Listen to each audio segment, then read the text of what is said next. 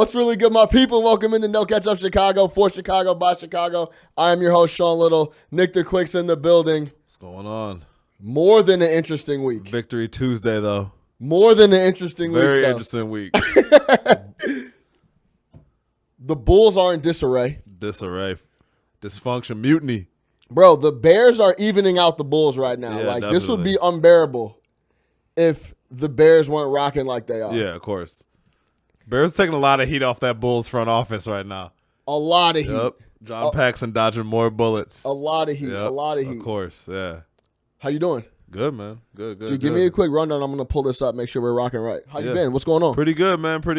Just, watch that great Bears game on Sunday, obviously. Bears looking dominant. Had a nice chill weekend. Girlfriend was out of town, so me and the daughter just kind of hung out, man. Nothing too crazy. Kick back, relax. How about you? It was good. Yeah. I was chilling. Me and the daughter just hung out, man. Absolutely kicked it. Yeah. That's dope. Yeah, you was probably really kicking it. Just kicking it, man. Didn't do anything crazy, man. Just me and her. That's what I like to hear. Nothing too major. It was nice. What did I do all weekend? I went to a comedy show that was, comedy shows aren't supposed to be always funny like that. I think they're supposed to be funny. That's the point. No, but they're like no, but they're amateur. Yeah. You know what I mean? Sometimes it's whack. It's sometimes in other words, I went in there, my expectations weren't really that high. You feel me? Right. So what kind of comedy club? I don't even remember exactly what kind of comedy club it was, but No, what kind of comedy club? oh, it was some white folks. Okay. But there was a black chick in there too, I got right? you. Yep. So we went to this thing. It was called long story short, it was like some secret comedy show type of thing where they don't tell you the location. It ended up being in like this climbing gym, but it was funny. Mad props. There was this one dude that was talking shit about his dad being a pastor. Yeah. And you know how I feel. My mom was a Bible thumper or is a Bible thumper, so we kind of vibed on that. It's each his own, man. Shout out the Bible. Yeah, shout out the Bible. Anyway, but all right, let's jump into it. Yeah.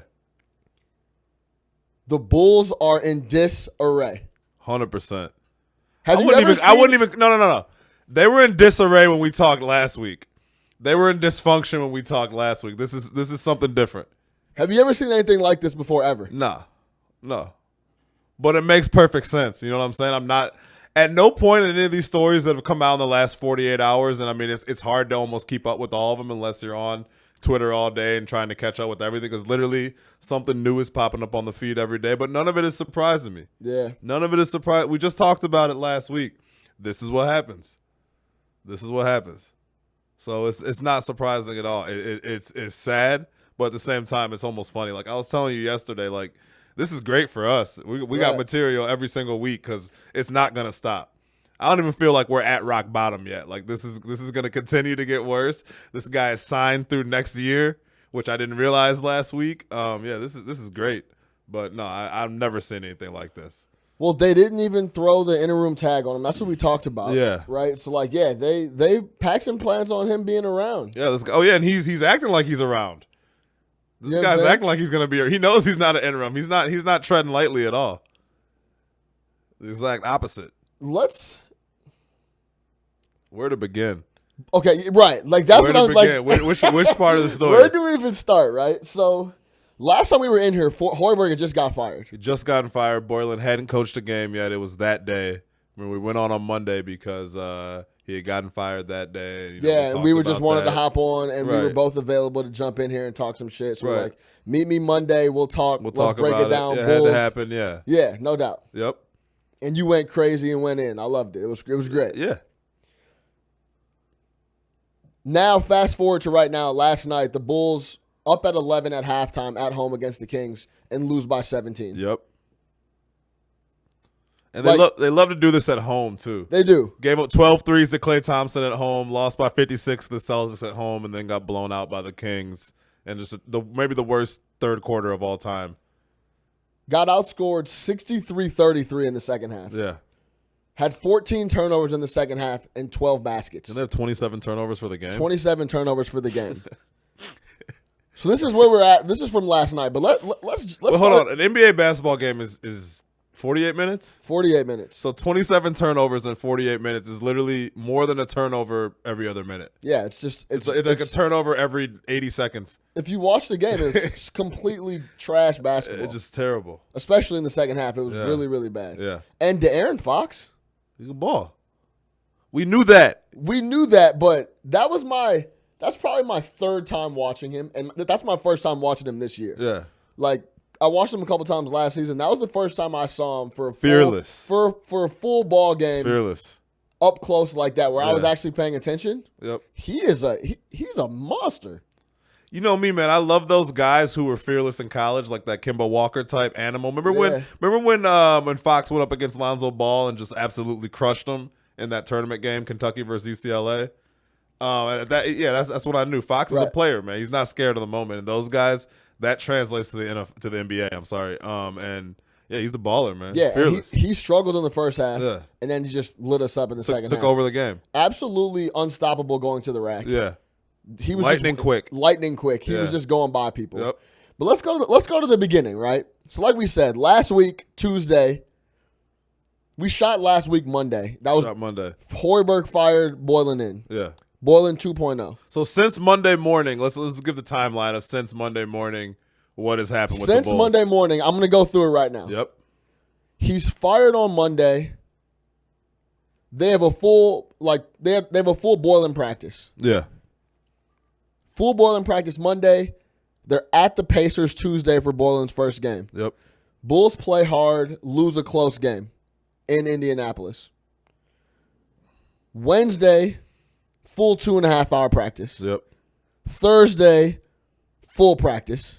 Well, we don't know that yet. So let's No. That's just in writing. Did we know that at that point in time though? Well, I think we learned about that afterwards. Okay, well, either way, Right. this is the whole time. Right. Monday, there's a practice as soon as he gets hired. Tuesday, they have a game. Yeah. They play hard against the Pacers and lose. Wednesday, they have a full practice. Thursday, they have a full practice. And not just any practice, push-ups, and these are suicides. Yeah. Yes. Football practice. Because coming out of the game Tuesday, yeah, he was like, they're out of shape. Yeah. So against the Pacers, they end up losing a close game. They did kind of trail off at the end of the ball game and lost. Boylen comes out and says, they're out of shape. I want them to get in shape. They're going to be running, et cetera, et cetera. Some old school Hoosiers type, get on the line and you're running sprints, right? We're going to get in shape. Right. Wednesday, full practice. Thursday, full practice. Friday, a game at home against Oklahoma City. Oklahoma City is one of the better teams in the West. Definitely. And in the league. In the league, for that matter. And we win. And we win. Yeah. They play hard. Everything's looking, hey, this is great. Yeah. Saturday, we have a back-to-back, and this is when it starts to get a little hairy. We lose by 56. 56. 56. 56. To the Celtics. 133 to 77. Count it. And then all hell breaks loose, and then we're going to talk about what happens after this. They lose by 56, but it looks worse than it could have been because he pulls the starters 3 minutes into the second half, and they don't play the rest of the game. Yeah. Well, he pulled them in the first quarter, too. Yeah. When they went down 17-0. Pulled all five Pulled off all the court. five out, yeah. And then does the same thing in the second half and never puts them in. Right. They were down 24 points at halftime. Mm-hmm. This is, I think it all goes haywire, at least for the players and Boylen. Yeah. For me, after the game, when he starts talking about why he pulled them out and pulling out all five, and he let us lose by 56 points to prove a point to the starters that he didn't appreciate their effort or what have you. He started puffing his chest out at that point, right? Right. Yeah. So, for me, if he wasn't already losing the boys when he's making them do push-ups and shit like that, yeah. When the game ends and you're in the presser and the reporters ask you, why did you pull out all five starters? Yep. And he says, he got to a point where he said, I might have been doing them a favor. They were embarrassing themselves. Yeah. Like, I was trying to get them off the floor. The play was embarrassing. The play was embarrassing, Yeah. so I think I was doing them a favor by removing them from the game, yeah. Then he went on to say, Popovich pulls off 5 people off the floor all the time. And nobody says anything to them. Right. This is when he's lost me. He's lost for everybody. Sure. Yeah. And he's lost everybody at this point. First off, don't ever put yourself in the same sentence as Popovich. Never. I don't care if you coached with him or not. Yeah. Just, you cannot do that. Right. And second, if you want to man to man, forget about me playing in the NBA. Forget about me making $80 million. Right. Forget about all that. You're never gonna embarrass. If you want to have a conflict with another male, embarrass them, try to make them look bad, and disrespect them in front of everybody. Yeah. And it's just never gonna end good. Never. And when you pull them off the floor on 2 different occasions, you're embarrassing them. You're trying to embarrass them, and that's not what you're supposed to be doing. Well, especially when you haven't earned that level of respect yet. And then, like you said, you back it up with a statement saying, well, Popovich does it all the time. Like, yo, bro, you are not Greg Popovich, like, not by a long shot. You know what I mean? And, like, yeah, like you said, it doesn't matter if you know him. It doesn't matter if he was your roommate. It doesn't matter if he's your brother, uncle, whatever it is. You are not him. You don't have that kind of weight. You haven't been able to make that kind of – and then to talk about it the way you did, right? I think it's one thing to do it. It's the fact that he doubled down on it in the press conference afterwards. Right, and has pretty much in every opportunity since, right? He hasn't backtracked it at all. And even, like, if he doesn't fully believe that, to even be like, you know what, hey, maybe that wasn't the right way to go about it. I was trying to prove a point, but, you know, whatever. He's really doubled down on it, like, no, this is what I was trying to do. I was embarrassed. It was embarrassing, whatever. You know, he didn't even try to make a basketball argument for it. It wasn't like, hey, I thought that these 5 guys might have given us a better combination to win. It was just straight up like, no, it was embarrassing. So I yanked everybody. So I yanked everyone and didn't put it in. I'm in charge now. So I'm going to let us get blown out by our worst loss in club history. Yeah. At home. Yep. To do what exactly? Yeah. I don't know. Is this your style of coaching? Apparently, yeah. So in your first 2 games, we play hard against a Pacers team who's solid. Yep. I'm obviously not at practice, but you have 2 grueling practices. Then we play Friday. We win. We beat Oklahoma City. Yeah. We're down 24 at half to Boston. That's a bad look, but okay. Then we start the second half. You pull all the we start to get roughed up a little bit. You just try to embed. That's your style of coaching. Well, we all know how this actually happens, though, right? What do you mean? This is what happens when you get hired and the team president tells you, I want the team to play harder. I want the team to play tougher. And no matter what you do, we got your back. Oh, you're playing 3 and 4? That's fine. Run as many practices as you want to. Bring them in on Sunday after a back-to-back, which is like a no-no in the NBA. You know what I mean? Like, everybody knows that. It's just one of those things. You don't practice after a back-to-back. Like, I get that he wants to prove a point. He wants to put his stamp on the team. He wants the team to play tougher. Obviously, they do need to play tougher, but that's not the way to go about it, especially, again, when you don't have the weight behind your name to make it go like that. You're Jim Boylen. You're not Greg Popovich. You haven't been you've been a head coach for 3 games. 3 games at that point. You're 1 and 2. So, you know what I mean? You don't really have the power to do that, but you do when you're enabled. You know what I mean? And that came down from up top. We can't say it enough. If it's coming down if your boss tells you, hey, man, you can go do whatever the fuck you want to, you can treat your employees however you want to, and it's all good, we're going to have your back no matter what do you think you're going to do? You're going to do whatever you want to. You're going to feel like you have to do whatever you want to. You're going to feel like you have to go harder than you even need to because that's what they told you to do, and you're trying to keep your job. He's trying to survive like everybody else. Jim Boylen wants to keep a job. So they tell him, where is that ever a good idea, though? Where is anything they do? Why are we still trying to apply logic to this situation? You know what I told you? Where we're going wrong at? Right. Yeah, that's why I was laughing about it yesterday. I said, this is going to be great. Like, as a fan, do I want to be upset? Absolutely. But this isn't a logical situation anymore. This isn't a logical situation at all. I mean, look at the history. That article that we read, it talks about this has been going on for years. He choked a coach. The Luol Deng situation. I forgot. It was since so much shit. Yo, I'm gonna read that. I forgot passage. about the situation. I forgot about all the stuff that's going on. So much, man. Firing coaches on Christmas Eve. It's just nuts. So then, you're empowered. So then he has a 2-hour practice scheduled for Sunday after the blowout. Yeah. Players are flat out like, we're not coming to that shit. We're not coming.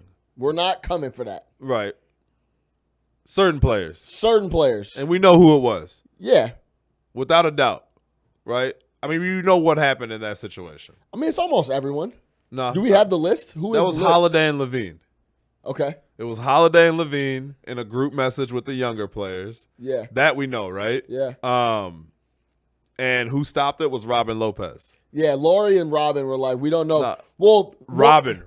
Well, Levine and Holiday were like, we're not gonna, we're just not gonna show up to we're that not showing facility. Up. Yeah. We're all gonna link, and then once people start asking where we are, we're gonna be like, we're not coming into the practice on Sunday after a back-to-back. If Robin Lopez wasn't on this team, this situation would have spiraled way out of control.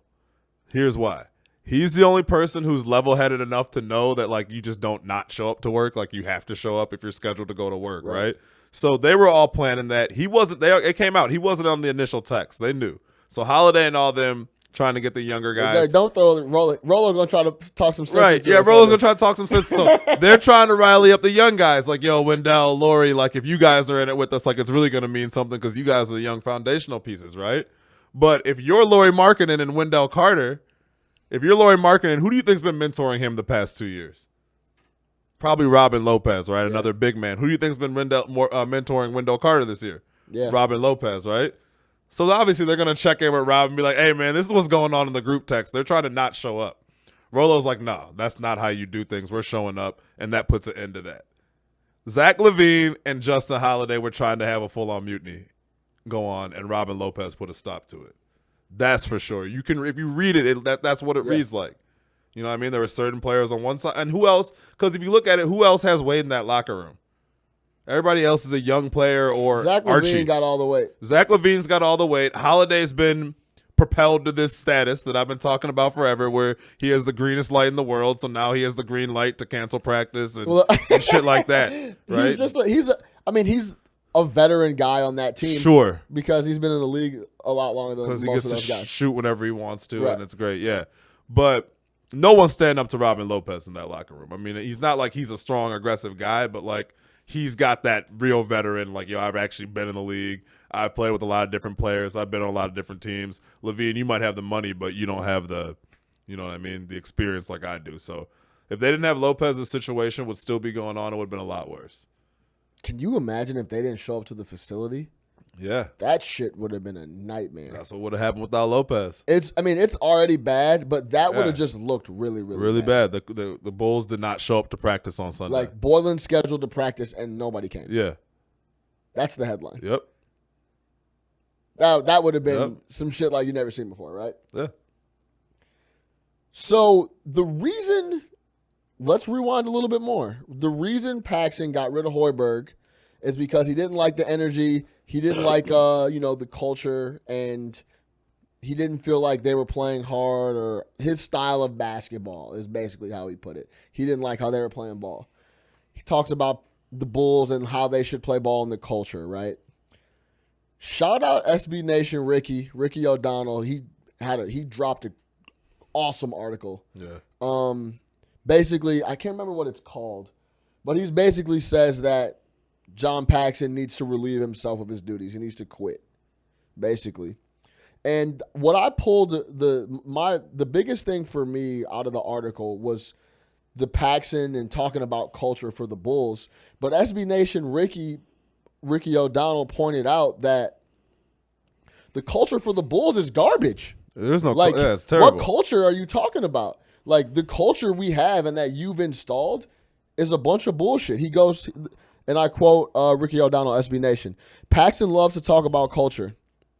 When the team added Doug Collins to its front office at the start of last year, he explained his own role like this. My responsibilities lie mostly in defining the culture of what we do every day.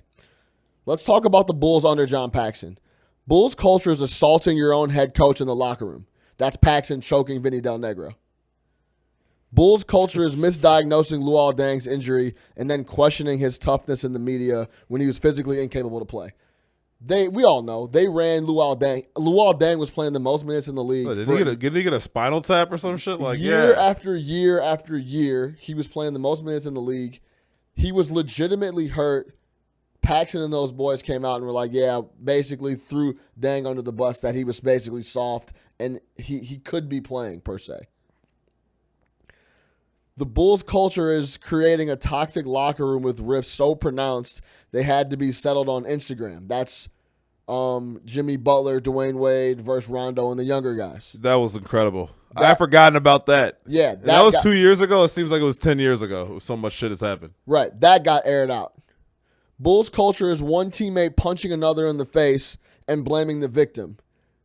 I mean, I didn't like Mirotić at the time. And yeah, Bobby. I think that's defensible. Yeah, I think you can argue that one. But they did shun Mirotić. They did shun Mirotić. Yeah, they're like, yo, that was your fault. Like, yeah, you're they a hoe. did. He should have stole. They did. Agree or disagree? They 100% did. But the other parts of that is, I don't know. Like Bobby, the culture like brings that type of stuff on. There was all types of dysfunction in the locker room. There was no control going on. Horberg had no control over anything. Yeah. So Portis is out here punching his teammates in the face. Bobby Portis, his second year in the league. Yeah. You know what I'm saying? It's not like when Mike hit Steve Kerr. Like that, you know what I'm saying? It's a lot different. It was his third year, but yeah. Right, okay. Yeah, for sure. Bulls culture is spying on your own team. Shout out Randy Brown. Or remember, you ever heard the story about the fan? No. Someone went into, I forget where I heard this. Someone went into, I believe it was Thibodeau's office or the Bulls assistant coach's office to like ask them some questions, right? Yeah. And before the dude started talking, the assistant coach turned on the fan and turned it all the way up. It was like someone might be listening. Oh, like, yo, you might thought the offices were bugged. Yeah. Really? Shout out Randy. Yeah. I never heard that. Yeah. But it's all known Randy Brown was a spy. Randy Brown was an inside snitch forever. No doubt. A known snitch. Known snitch. Who had no basketball value to the team, but was employed by the team only to spy on what was going on inside of the locker room and in practice and wherever guard packs couldn't be. Wait, that fan story is amazing. Yeah. That's like some movie shit. It's some movie shit. This is where we are. That's what I'm saying. Nothing's surprising. There's no more. You cannot apply logic or reason or rationale to the situation at all. Bulls culture is the classless letter the organization sent out after firing Tom Thibodeau. When they didn't mention his Coach of the Year award. Yeah, didn't do anything. Barely mention any of his accomplishments. Yeah. Like none of it. No, it was very quick. Yeah, it was like, thanks, you can leave since you don't want to communicate with us. We feel like communication should be flowing throughout the coaching staff, through ownership, through the front office. You don't want to abide by that. Yeah. Here's the door type of thing. So that was the biggest thing I pulled out of that Ricky O'Donnell article. It was a great article. But hold on, let's go back to that Randy Brown thing real quick because like for some people who don't know, like the Randy Brown was an assistant coach for the Bulls up until last Tuesday, like 2 weeks ago or something. And was known to be a snitch for guard packs, right? Like during the Thibodeau era, everything that got out was through Randy Brown. Everybody knew that. Players knew it. Coaches knew it. Was like a direct line to guard packs. If I want to know exactly what's going on, that was Randy Brown's job. Yep. Like, what did Randy, Thibodeau what's going say? on? What do you say in the locker room about us? Yeah, exactly. Yeah. What was 100%. practice like today? Tell us what we need to know. What are the meetings like? So the fact that it was known for years, and he was still employed for years after people knew that. It's not like we just learned this last week when he was fired, right? Well, Randy knew how to keep a job. He said, "Yo, you know whose side I have to keep? You know whose side I have to be on to have a job locked in? Guard packs. Because they're on Jerry's side. Yeah, because they're untouchable. So if I get with them and I get in bed with them, I'm always going to be around." My boy Jimmy Zurcher, he said, "Fish rots from the head. Boylen's a symptom, not the cause. Got to get rid of Paxson this offseason and clean house." Period. End of discussion. Period. End of discussion. It's over with. It's over with. And we've been saying it, but you know what? That's not going to happen.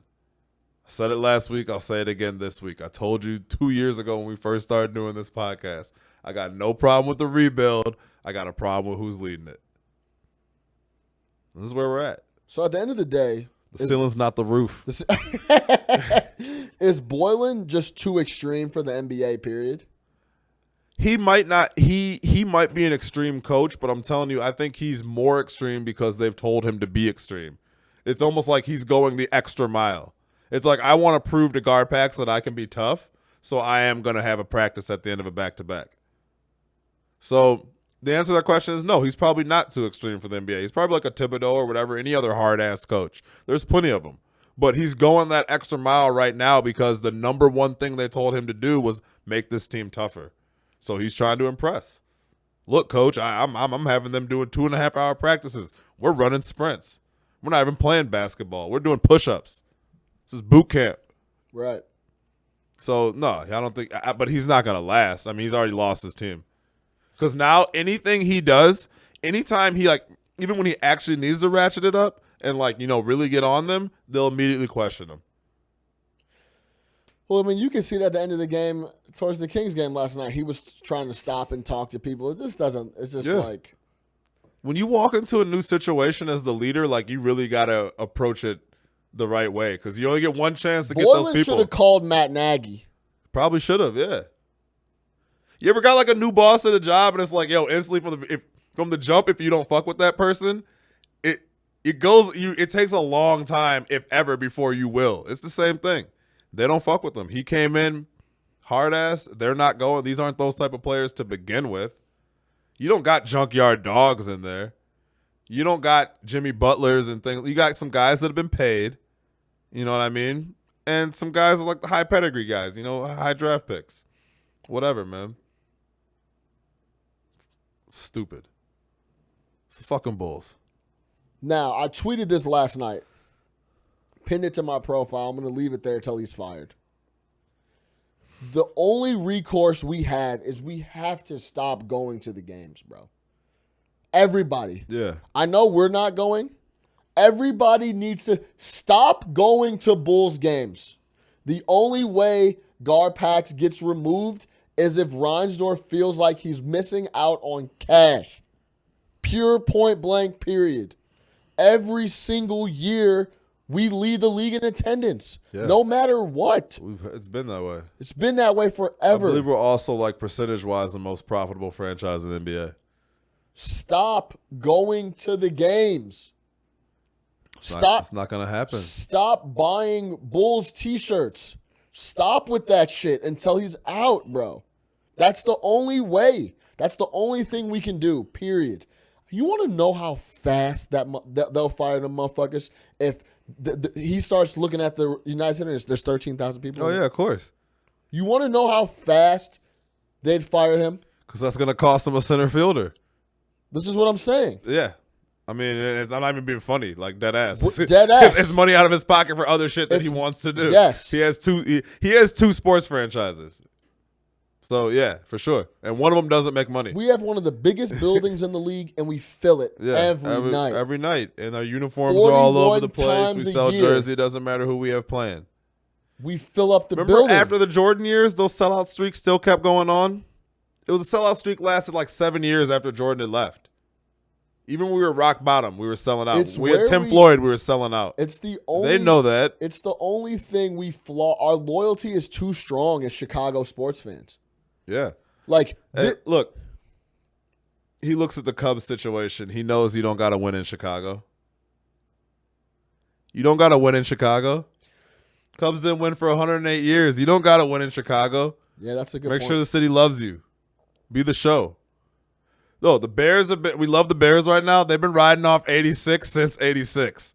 85. 85, 86, yeah. Yeah. Been riding off 85 since 85. We know that. We still talk about it like it was last week. Yeah, I agree. But I think football's a little different to where people the United States just loves football, right? The United States loves basketball right now. Yeah, but not like football. Not like football, but if you look at... And there's only 8 games. As far as rising popularity, basketball is soaring. There's only 8 games, though. True, yeah. And as we've talked about, Chicago's a Bears town, first and foremost, right? Definitely.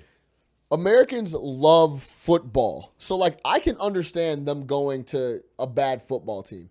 But Wednesday night, Monday, we're selling out Tuesday games. People are going, man. This is a major city. Listen, bro. Tuesday night against whoever. The United Center is jammed. People will always go to the United Center. It can't happen anymore, though. You got the business people. Sunday the afternoon tickets are gonna sell, bro. Soldier, I get why tickets are gonna sell. I get why you can go to a Bears game when they're bad. I get that part. But us selling out the United Center every fucking game, 20,000 every single week in, week out, day in, day out. It has to stop. Yeah. And that's the only reason anything's ever going to change. Period. Stop going. That's it. That's the answer. That's the key. You don't want to get lung cancer? Stop smoking. Not going to happen. You want to see Garpax get fired? Stop going to the games. It's not going to happen. You don't think that's possible? No, they know that's not going to happen. They know. I just told you. They don't you remember the year they won? What was it, 15 games, whatever it was? Come on, man. They've been selling out. They'll sell out every year. They'd have to be bad for like 10 to 12 years before they start seeing that. Those tickets are sold. Those season tickets are sold. Those packages are sold. I mean, I don't know the numbers on how many are season tickets and how many aren't. It doesn't matter. They're sold. It's Chicago. It's the United Center. It's the Bulls. So you think we're not in Milwaukee. You know that. We're not in Orlando. You know that's the answer, but you just say it's never going to happen. It's never going to happen. No, that's obviously the answer. Yeah, when ticket sales start hurting, you look at everybody. That's when you really look at the team president. But that's not going to happen. And he'll just, you know what he'll point to? Paxson's going to say, look at all those years in a row that we were in the playoffs. We were in the playoffs, what was it, like 8 straight years? We got you playoff revenue for 8 straight years. Trust us. Reinsdorf loves that guy, man. He trusts him. He's loyal. He will not. You just read in the article. That's what the first part was. He tried to resign, and Reinsdorf told him no. Yeah, you can't. You can't do it. Can't do it. This is the mafia. When you're in, you're in. I'm very confident. Kenny Williams, John Paxson, my sons. He loves them more than he loves Michael. Yeah. Reinsdorf. They're not going anywhere. Strap up. You just got to hope. You got to hope that the right shit just happens for us. Like we continue to lose games and we get Zion. Like some D-Rose lottery shit? Yeah. Like, how did they luck into that? Didn't we have a 0.8 chance of getting the number 1 pick? It was less than 1%. It was less than 1%. We had the lowest chance. We were 33-49. Don't quote me on less than 1%, but it was the quote me on it was 0.8. It was 0.8. Okay, yeah. So I'm sorry, 1.3. Something like 1.3%. We had the least. We had the least. We were 33-49 that year. Yeah. Going into that draft. And we lucked up and got Derrick Rose and it bought them another chance. That's what they keep doing. Just find another chance. You know what's going to happen? We're going to luck up and get Zion or RJ or some shit like that and get them another chance. It's like, oh, you can't fire us now. I got 4 years of Zion. Let us build. We got Zion and Lauri Markkanen. That's what this got us. But they'll probably find a way to fuck that up. Stop going to the games. That's the answer. Where do they go from here? They play Thursday, I'm sorry. At Orlando on Thursday. I got a better solution. Here's what we can actually do. Stop watching the games. Yeah. I put it on last night and I put it off. Turn it off. I don't need this right now.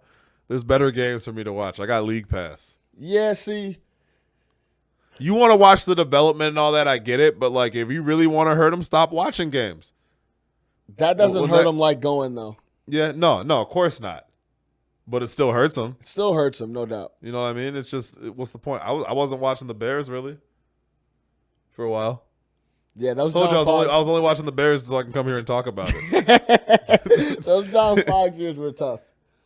Drew Castillo on the chat says, the brand of the Bulls is too big for people to stop going. 100%. Yeah. It's been big, dude. They're still living off that Jordan fan base. Just that logo's up, universal. Though. Wake up. And do what? Don't go. That's the answer to all this, bro. Diehard fans might not go, but people are still going to go.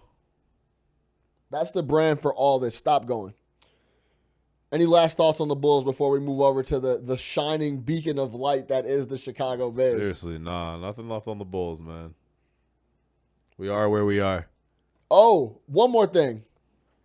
And Ricky mentioned this in the article, but I saw it when I was watching the game.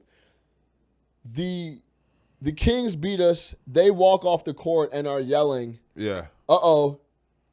Another 2.5 hour That's probably practice. another 2.5 hour practice for y'all now. The Kings. The Kings. Who, prior to the Bulls, were the symbol of organizational dysfunction in the NBA. The Sacramento Kings. The Sacramento Kings. Vlade Divac and Peja Stojakovic are running the squad. Yeah. Vlade Divac, who they said does not understand the salary cap, but he's the GM of the team. He doesn't. He writes who they're going to pick up on the chalkboards. And they take pictures of it, yeah. and they tell everybody what they're going to do. Yeah. There's pictures, and like, this is who we're talking about. You know what, though, real quick, before we tear down Vlade, that Buddy shout out Vlade. That Buddy Hield deal is looking decent. Buddy's out here. But he wasn't that great last night, but Buddy's got the torch. Yeah. Yes. That's fine. Yeah. Should have taken Luka, though. Shout out Vlade. Yeah. He got Bogdanovic. I rock with him. Yeah, Bogdanovic is nice. Yeah, he's nice. All right, we'll leave the Bulls there. It's going to be strap in, like you said, though. It's lit for a while. The Chicago Bears did the damn thing on Sunday night. Yep. On defense, anyway. 15-6. Held the Rams to. They didn't score a touchdown. That's unheard of. Jared Goff looked awful. Jared Goff looked awful. I think Gurley had like 13 carries. Yeah. How you feeling? Great. Loved it.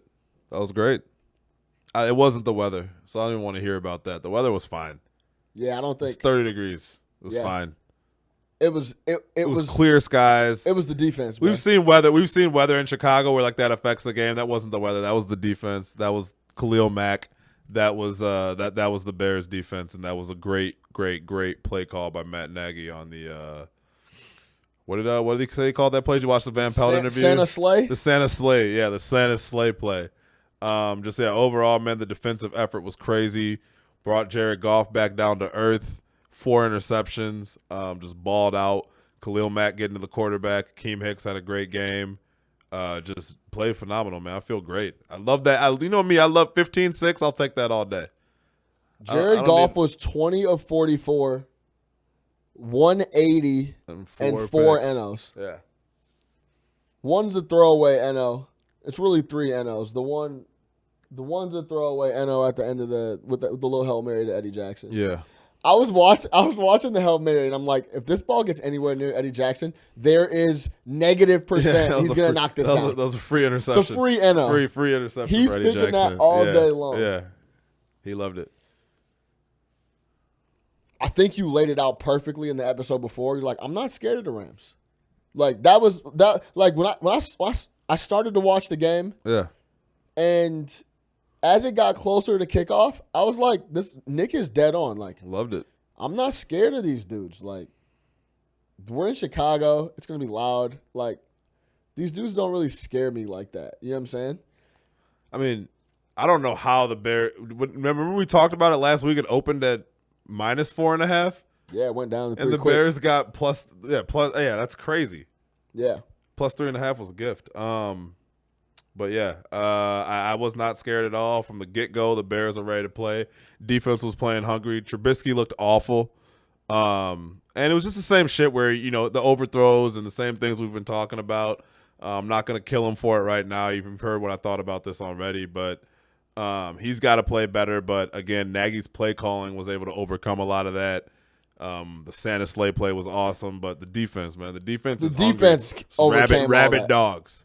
The defense overcame that. Yeah. Simple as that. Yeah. Without the D, obviously we don't win that game. But we got to play better. Offensively, he looked, if you want to be nice, call it rusty because he missed the last couple. He looked very bad. Very bad. Every single interception he threw 3 was overthrown. Yeah. Without a doubt, if we're gonna make any noise going forward, he has to do better. There's no doubt about that, right? I think he needs that rhythm. Like, you mean? What do you mean? He needs to just be in a rhythm, weekly, consecutively, weeks. And maybe that's why Nagy started off the season he did, like getting his completion percentage up to like 73% with all those dinks and dunks and stuff. maybe he knows this dude really needs to be in a rhythm, and I think he got hurt, missed those 2 games because he just looked way, way out of rhythm. I mean, he looked worse in that game than he did in some of the other games when he was overthrowing receivers. You know, it wasn't like a jittery overthrow. It was just bad. And I think in the post-game presser, he said he might have been pressing a little bit. Yeah. Like, hey, I might have been pressing, just so happy to be back out there. Yeah. Big game, big situation type spot. But, yeah, he looked bad, and they were all overthrows. But you know what? I've seen him play well enough this year now, over enough games and enough moments that I'm okay. I don't think he's going to carry us to a Super Bowl, right? Not right now. And I don't think we can rely on him to win the games for us to get to the Super Bowl. But I don't think he's going to necessarily be like a hindrance. Yeah. I think, like I've been saying, this is all gravy, bruh. Yeah, we're good. Enjoy this. Our year is next year. And we're playing with house money. Yeah, Our we're playing with house money. Year. Yeah. Trubisky's going to have a whole full year under Nagy, a whole full offseason under Nagy. They're going to know, you know what I'm saying? They're going to know each other better. They're going to know his strengths, whatever, all that stuff. Like, this is all gravy. If he starts to have games like this next year, that's when I'll be a little worried. I don't like the whole our year is next year thing because health is such a factor in the NFL, and our defense for the most part, yeah, we've missed Khalil Mack a couple games and we've had some other injuries, but we've been pretty healthy in this defense, and that's obviously our strong point. And I don't want to say you can't assume health. We have to assume health. Well, every season it's not like the NBA assuming health, right? I think the NFL is not like the NBA where you constantly look for like year-to-year potential. Like we're trying to get better every year. It happens. You try to win a Super Bowl when you got a shot. To win a Super Bowl when you got a shot. You know, like, yeah, you can look at the Rams and be like, oh, yeah, it's been like a progressively getting better. But, like, that's not always how it happens. A lot of times out of nowhere and it's real quick. And, like, yeah, your window, maybe it is next year, but it's like a 2-year window. Next year is still really quick. That's what I'm saying. Yeah, it's like a 2-year window. Right. So, yeah, maybe it could be, but sometimes it's a 1-year window, man. So you get one – Trubisky goes down game 1 next year, your season's over. Yes. And that's how quick it happens in the NFL. So you can't say, hey, we're looking towards next year or anything like that. The Bears are good enough to win the Super Bowl this year with their defense. And we have to think that way. We're 9-4. Yeah. Okay. I'm going to get back to that. But I think just to kind of close out that Trubisky conversation. Which is a complete 180 from where I was 12 weeks ago. Absolutely. But to close out that Trubisky conversation, I think for this year, he's going to have these games. He's going to have a game where he looks really, really good, too.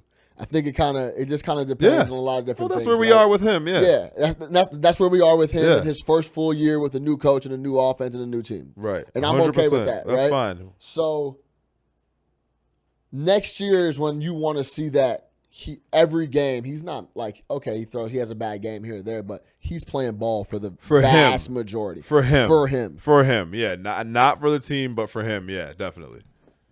Now, let's get back to the comment you just made about our defense is good enough to win the Super Bowl. I agree with that. Our defense is good enough, but our overall team is not good enough to go down to New Orleans or in LA and go out and win to get to the Super Bowl. True. So that's the only problem I have with that comment. But if our I don't know though. If our defense plays at the peak of its powers like it did last or Sunday, or in some other games this year, I really think it's going to be – I mean, dude, Dallas beat New Orleans. Where have the Bears played defense at the peak of their power?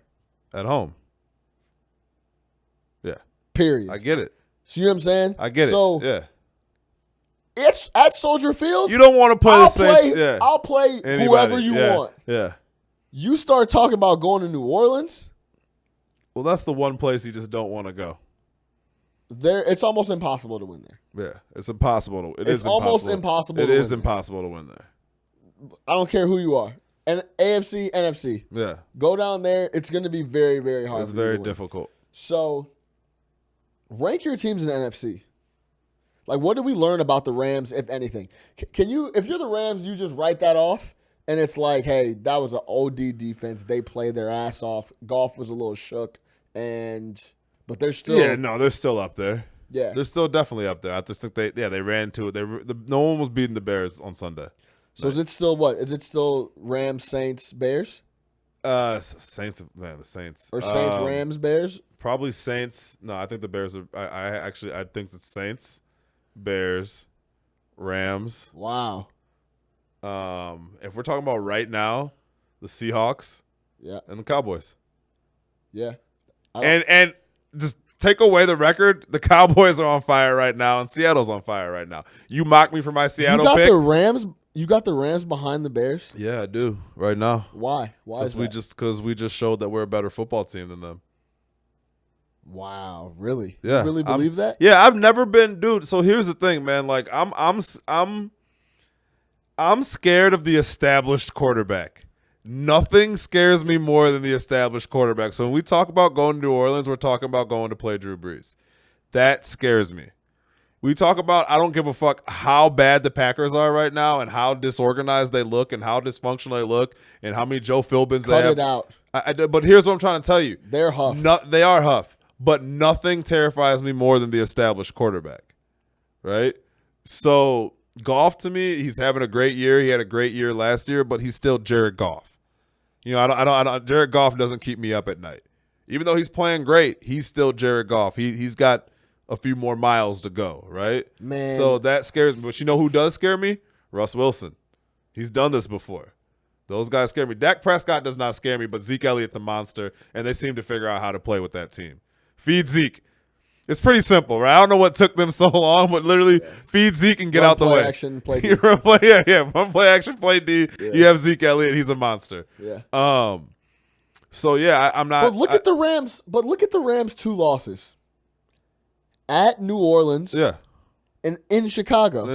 Yeah. Everything else, they've been rolling everybody. They've been rolling people. And they low-key almost beat it. They were getting rolled in New Orleans and almost came back and won. I guess that game is just fresh on my mind, that the 4 picks against the Bears.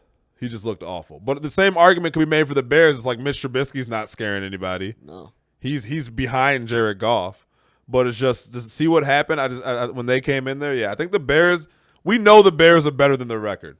The Rams are as good as their record, right? We know the Bears are better than the record, but you are what your record says you are, so it is what it is. But I got the Bears above. Interesting. I came around. I'm here. I can't do that. See, now I think the Bears are better than you think the Bears are.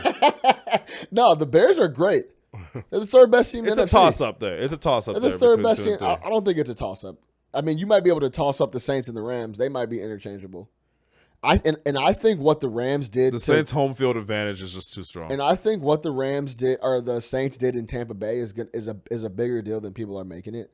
Down 2 scores. I know Tampa Bay's defense is shit, but they were on the road. They had been struggling for the last couple games. Yeah, they flipped it, and they're like they kind of have that confidence, like we could come from behind on the road and win too, and play a little D. Like the Saints are scary. They nice little squad. The Saints scare me. Yeah, just because, and I think they're tied with LA now on who has to go where. Yeah. But scary squad. So wait, we will.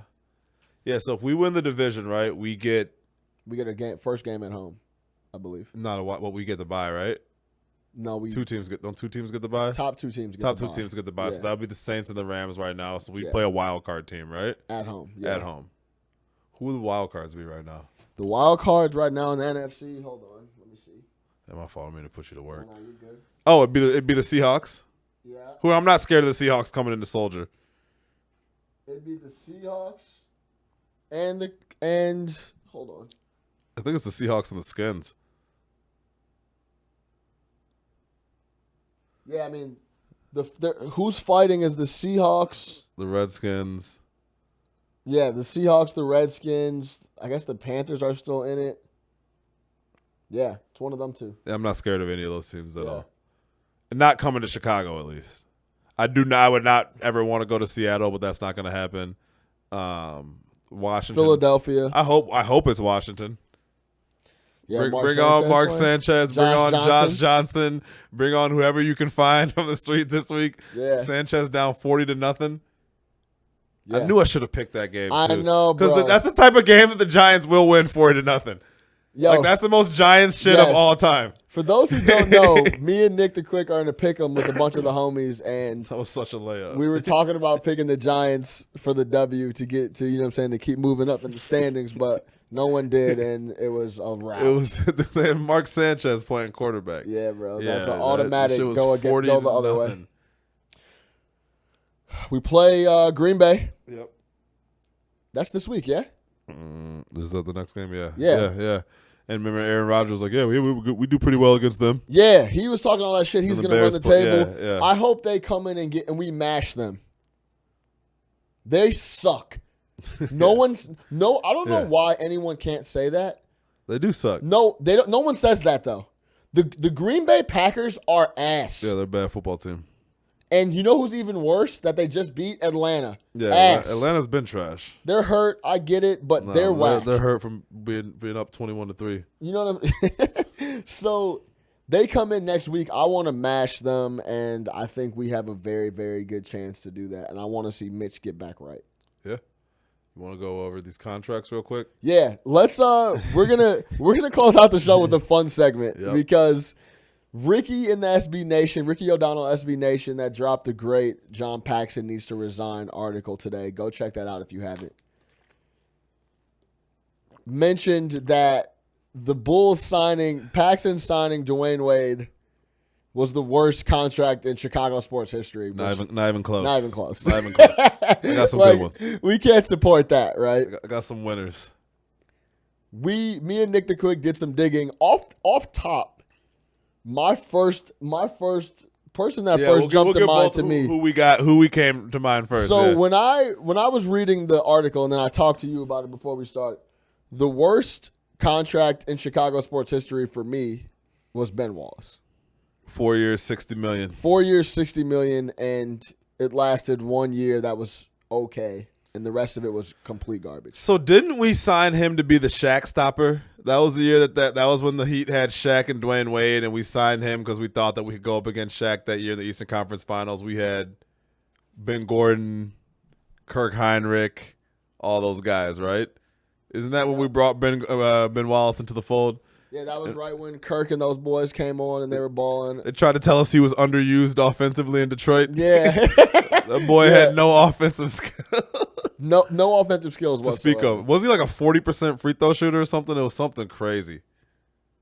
I think to this day he's the worst free throw shooter in NBA history, right? Yeah. Yeah, Ben Wallace. And we wouldn't let him wear the headband because the Bulls have a no head. Yeah. More Bulls stuff. Bulls have a no headband rule. Yo, if you didn't know that, is that still in effect? I think that's still no. I think that's still in effect. Yeah, I'm pretty sure it's still in effect. Yeah. The Bulls have that's some more Bulls bullshit. More bullshit. No headband. The Bulls have a no headband policy. Ben Wallace, we just signed our big ticket free agent. Worn a headband his whole career. From the beginning of time. Yeah. He's like, bruh, I'm wearing a headband, bro. This is what I do. That's what I do. And they're like, they try to give him a hard time. Yeah. Like that's Chicago Bulls organization type shit. Give him $60 million, take his headband. $60 million, take your headband. So my first contract that came up only because of the sheer ridiculousness of the length of it was 8 years, $136 million for your boy Alfonso Soriano. So you know the story with that contract that I heard is apparently like Fonzo and his people wanted, it's a 6-year deal. I want to say Fonzo is Scott Boras. No, it wasn't Scott Boras. I looked it up. It was some other dude. Okay, I looked it up before we talked about this. I thought it was Scott Boras. So apparently Fonzo and his people were seeking a 6-year deal, and Jim Hendry insisted on it being an 8-year contract. And the rest is history. I mean, Fonzo was on the Cubs forever. Then they finally just gave him away to the Yankees for nothing, right? Yeah. I don't remember. I think he might have went to Washington, the Nationals. No, didn't he come from the Nationals? No, he came from the Yankees, didn't he? No, he went. I thought. Hold on, let's look it up. Didn't he go Yankees, Nationals, then Cubs? I don't know exactly. Hold on. Alfonso Soriano was great, though, man. He didn't give a fuck. Alfonso Soriano's a legend. He's a legend, bro. He used to be in the outfield not giving a fuck. Loved Alfonso Soriano. Remember the hop? Dude. Hold on. Let me pull this up. Where's Fonzo at? That's right. No, he came from the Nationals. He came from the Nationals. He went Yankees, Rangers, Nationals, Cubs, Yankees. Back to the Yankees, yeah. 8 years, $136 million. Alfonso Soriano was one of the most naturally talented dudes I'd ever seen. Yeah, crazy athlete. Crazy bat. Yeah. Bat was nuts. He used to swing this big ass bat. Yeah, he had a huge bat. Huge, heavy bat. Yeah. And he was just so naturally talented at the plate. Defense was horrendous. It never got better. Didn't try. He didn't care. It did not He was care. making too much money to care. And he was just like a happy-go-lucky dude. He was always happy in the outfield. Always happy. Whenever they interviewed him, he was happy. Yeah, they always happy. He had made it, bro. Yeah, he made it. He was the definition of I made it, I made bro. it. $136 million. I hit the I raked my whole life. Yeah. I got signed for a big deal. Now they want me to play outfield in the NL. Fine. Yeah, wasn't he a shortstop or some shit? Yeah, he was like, I'll play outfield. 136, like, whatever. Like, That's you guys fine. want me to play in the Chicago, outfield? sure. That's a great city. Cool. It's a great town. You got bars. It's great. Don't trip. Yeah. You know what I'm saying? So I wonder what Fonzo's up to right now, man. Shout out Alfonso Soriano. It's so funny because when I was doing the prep for this show, we talked like Fonzo. We were just talking about Fonzo. And all these people come up where, like, I remember, like, I love them, and they weren't that, like, that's a bad deal. No, it's terrible. But I loved Fonzo. Loved Fonzo. Like, I couldn't say a bad thing about Fonzo. In that article that Ricky wrote, Tyrus Thomas's name came up. Yeah, Tyrus And Thomas. I got furious. Yeah, he's awful. He was awful. He was another dude that didn't really care about anything that was going on. Yeah. But he went about it, like, a really bad way. Yeah, he was the asshole. He was a dickhead. Yeah. The way he went about, like, how he carried himself was awful. Well, which brings me to my next contract. Yeah. Cubs. This is a great one, man. Shout out to my mans. 3 years and $30 million for Milton Bradley. Yo, Yeah. Milton Everybody knew about him, and the Cubs still gave him $30 million. Animal. Mental. Did not give a Mental fuck. nutcase. Didn't care. Various run-ins with teammates. Various run-ins with fans. Various run-ins with Umpires. the media. Various run-ins with everyone. It was Milton Bradley against the world. It was destined to fail from the second they signed him to that deal. 3 years, $30 million. I think he made it a half a year before it went haywire. It went. Yeah, it went for south fast. Yeah, he made it a year. I think they cut him in the second year into it, if I remember correctly. Yep. But Milton Bradley, he was one of those other dudes where you would hold out hope that he'd get it right. But I was always pulling for Milton. Shout out Milton Bradley. But this was just a dude wasn't gonna happen. Wasn't gonna happen. It just wasn't gonna happen for Milton. $30 million the Cubs gave him. That's great. All right, what's the next one? All right, this one I didn't even know about. Did you know the Bulls gave Brent Berry $27 million over 6 years? What? No. Yeah. Brent Berry got 6 years, $27 million. Yeah. When was this? Probably before Tony Parker fucked his wife. You had to get that in, I huh? had to. Shout out Brent Berry for handling like a G. Shout out to the Spurs organization. Brent Berry, that is a known fact. It's a fact. Tony Parker is a wild Tony Parker's a wild boy for that one. Tony Parker's a wild boy. Hey, you know who's wild? Pop for keeping together the organization after that happened. But no, I did not know the Bulls gave $27 million over 6 years to Brent Berry. Yeah, I didn't know that either. That's crazy. Crazy. All right. Yeah, what's another one? You want to stay with the Bulls? This is probably one of the best ones because I don't know if he ever played a regular season game for the Bulls. I think he only played a couple. Eddie Robinson, $32 million over 5 years. Wow, I forgot. E-Rob. About that. I completely forgot about that. They signed him. Whole bunch of shit happened. I think he played a few games, and then they essentially banished him and paid him out. Yeah, that's a bad one too. Terrible one. I think Felicio is going to be on this list. Oh, Felicio has to be on this list. 4 years, 24, $32 million, and he can't even get on the floor on this team. He cannot play 30 seconds on this team. Yeah, and he's like 24 years old. That is going to go down as one of the worst contracts. I wonder what he thought about not going to practice. I wonder what he thought about signing that deal. He was happy as shit. How the fuck did this happen? His agent. I wonder what his agent thought about it. How did this happen? Yeah. Yeah, man, that's a bad one too. I got a good one. Yeah. You know what your Bulls tickets paid for? Yeah. They paid for 4 years and $56 million worth of Adam Dunn. Yeah. Adam the Dunn. big donkey. Hey, he would hit like 220 with 35 boppers. Bro, but it was like 45 boppers. Yeah, 45 boppers. And it was like 198. Yeah, 198. Bro, I read an article where he said he didn't pick up a bat in the offseason. He didn't, He didn't give a fuck. He would just swing the bat as hard as he Hated can. base, didn't give a fuck. And as soon as he hit it, it was gone. But he just never hit it. Yeah, never hit it. Never hit it. That's all. Yep, 45 boppers. Drew Castillo is on fire in the chat. We got to put Mike Glennon's got to be in there. Oh yeah, Mike Glennon. But it's only $19 million at the end of the day. Yeah. He only got paid 19. 3 years, 35, but he got paid 19 guaranteed for Yeah. that. That's still it was just a bad deal. It was a bad deal. Just a bad deal. Just Yeah. a waste of money. He just wasn't good. Yeah. But he had never been good. Yeah. Like what did he do to command? What in his career did he ever do to command a $19 million guaranteed contract? Nothing. Did he do more than the 4 years and $48 million that the Cubs gave Kosuke Fukudome? Hey, Kosuke. Yeah, we had a half a good year. Yo. Didn't he get statistically worse in every single month that he was in baseball? Let's go back to Kosuke, right? He came from the Yankees. No, right? I think he came from No, Japan. I'm tripping. I'm thinking, yeah. Who am I thinking of that was on the Yankees? Beijing Yankees. No.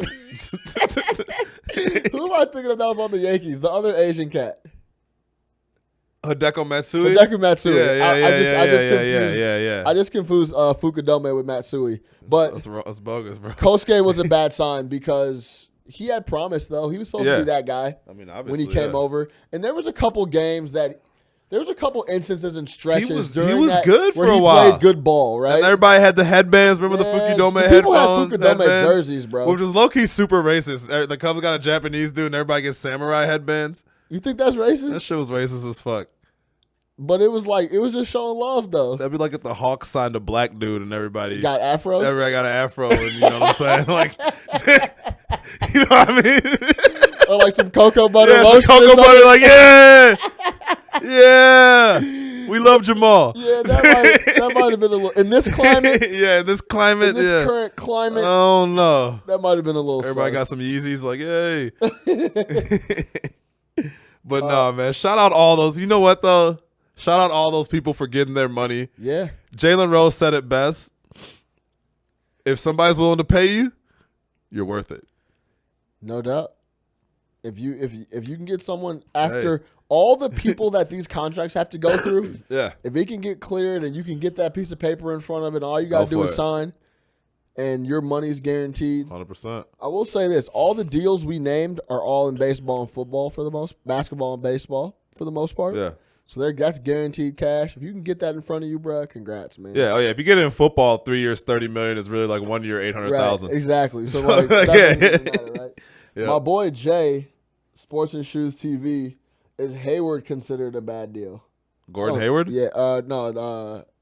Jason Hayward for the Cubs. I don't think so yet. No, he's still living off that World Series speech. Yeah, he won a World Series. He plays incredible defense, and he batted like 270 something last year, I believe. Yeah. He had a good year last year. Yeah, I think Shout out J-Hay. Yeah, he does. Yeah. Offensively, he's not like, I don't think where they want him to be, but yeah, I think that's a good deal. Yeah, it's not a bad deal. You know what deal is going to go down as being a bad deal? Yeah. Not non-Chicago deal? Yeah. This Kirk Cousins $84 million. Yeah. Kirk was looking real shaky last night. He's been looking shaky. He's been looking shaky. He's shaky as fuck. Let's talk about some other contracts that we think are going to be trash. That's the wrong contracts. All right. Yeah, that Kirk Cousins, he might have fleeced them. Yep.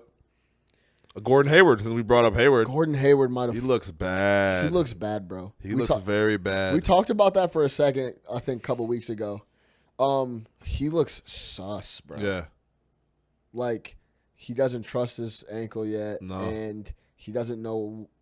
He's not the man like he was in Utah. No, he's not even. He's like the third or fourth man. So, like, they're trying to. He's behind Tatum and those guys. Yeah. And they're like trying to force him into being. And I think Stevens feels like he has to play him. Yeah. But you don't have to. You got Jason Tatum. So, yeah. You got to play him, though, because he's making all that cash. Yeah. I'm going to tell you that. True. And that's a simple conversation with him and Danny Ainge. Like, try to get this guy going. You got to get him going because you're paying him. No doubt. What other bad contracts do we got out there? Man, there's so many. The NBA is littered with them. We could go on for hours. You know what I was reading the other day? Did you ever hear about that Landry Fields situation? When pretty much the Knicks were the Raptors were trying to sign Steve Nash, right? Yeah. So they wanted to tie up the Knicks cap because the Knicks were also trying to sign Steve Nash. So they ended up offering Landry Fields like a 3-year, $30 million restricted free agency contract. Think that the Knicks would match it and tie up their cap room, and then the Knicks didn't end up matching it. And Landry Fields got $30 million and ended up playing like 30 games for the Raptors. I don't even remember that. But yeah, that's great. That sounds about right. Shout out Landry Fields. My guy Jay also just mentioned the Joakim Noah deal. That's one of the worst deals in NBA history. That is by far one of the worst. Him and Luol Deng both got terrible deals in the same offseason. Him and Luol Deng. Jan Mahinmi is making $18 million a year. That takes, you know what those deals for Deng and Noah did though? Took all the guilt off of Thibodeau's heart for running them. Yeah. He doesn't have to feel bad about that anymore. I think he got everything he could out of them, and they got major deals after that. Yeah. So he doesn't feel bad. I hope he does it. No, nothing wrong with that. Anybody else got any good deals? No, that was the last one. The Noah deal is one of the worst ones. Noah deal is by far one of the worst deals. That NBA little section was. Delhi got like $12, $13 million a year. Delhi got $50 million. Yeah. He's one of the worst players in the league. Yeah. A lot of players that have no business getting any money. Good man, if they're gonna pay you, you're worth it. Pay you, you're worth it. You know what I mean?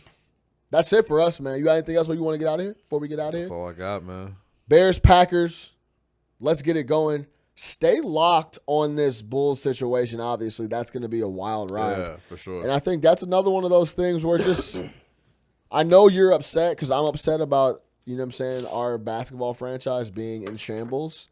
But it's business as usual, baby. Yo, it's business as usual. And it's that same thing about, you know how when people in politics complain but didn't vote for the president?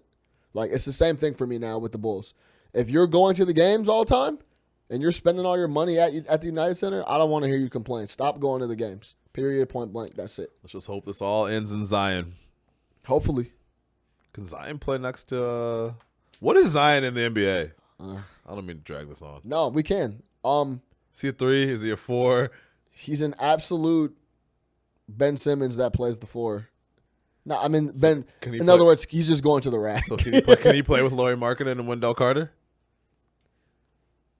I don't know, man. He can't really shoot, right? From what I've seen, no. I don't think he can shoot at all, right? He doesn't need to shoot. From what I've seen? Yeah, I don't think he can shoot. No. Yeah. So,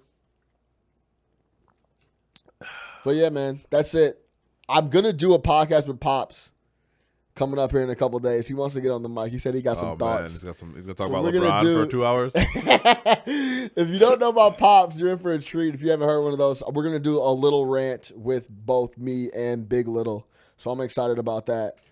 If you haven't already, make sure you subscribe on YouTube to the page. Go drop a 5-star review on Spotify. I don't even know if you can do reviews on Spotify, but iTunes, drop the 5-star. Give us some love. Tell your homies, tell your friends. For Big Nick the Quick, I am Sean Little. No Ketchup Chicago, for Chicago, by Chicago. Listen up. Yo, merch is coming together soon, too.